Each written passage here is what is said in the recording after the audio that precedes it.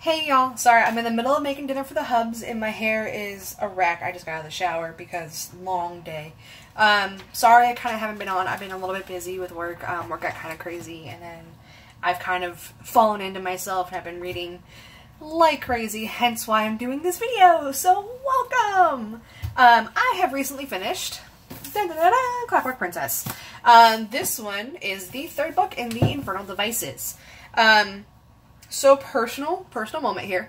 I prefer the Infernal Devices so far over the Mortal Instruments. Now, I loved City of Bones because that one flew, whereas Clockwork Angel was just painful. Like, character development, character roundness. Setting development was okay. Like, I'll give her that. Clockwork Prince, we started raising the bar a little bit, and then we got the Clockwork Princess, and it was so good. I was not emotionally prepared for the end, so I'll give you that pointer. I cried like a 12-year-old girl with a skinned knee, so it's not all of the things. That's why I have a dog, and I used him as a tissue for the eyeballs, not the snot, because that's just me. So the end of this series is kind of the end of the characters. I'm not telling you if they die or not or anything like that. It's just this storyline has died. Like, they fix it, it's done its thing, like, yippee, yahoo, save the world. Where it ends, ironically enough, is where City of Bones, or no, the third book, City of Glass. City of Glass?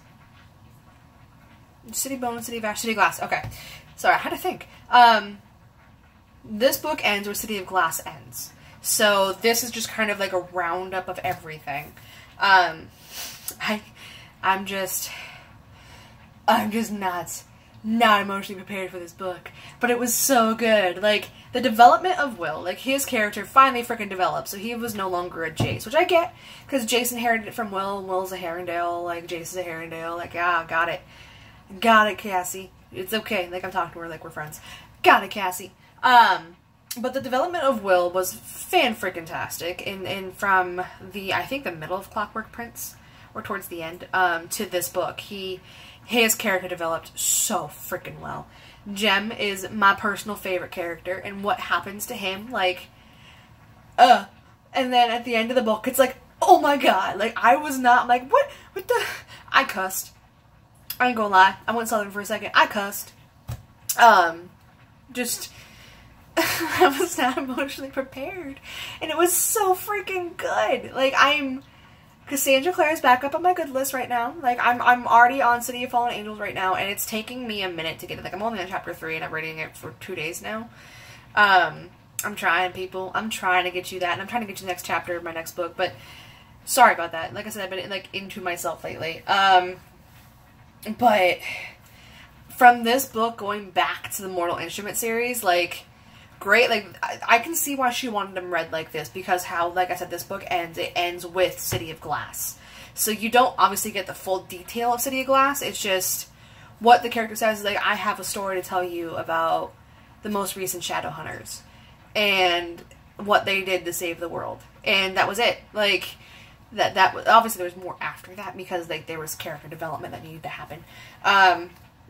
But that, I just, my heart, Cassandra Clare, and the side of this book is pretty cool too. Like, that's obviously Tessa, and that's obviously Tessa in the Clockwork Angel, and she has a Clockwork Angel there.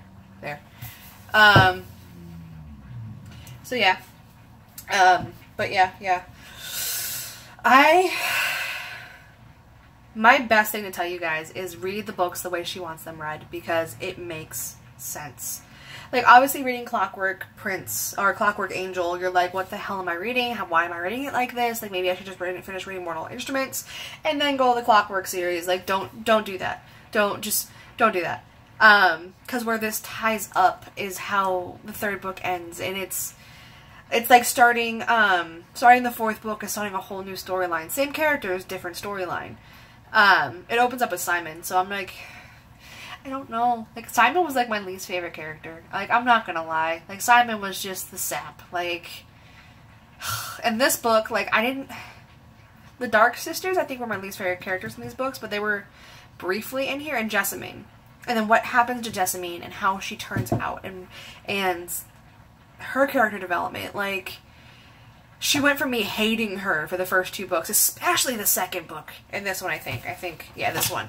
Like, I loathed her. Like, I hated Nate too, and then how they end, like, it makes you feel bad for hating them. Like I just like, I hope I see them die, blah, blah, blah, blah, and then it's like, you feel bad for that, for how she writes it, and it puts you on an emotional roller coaster.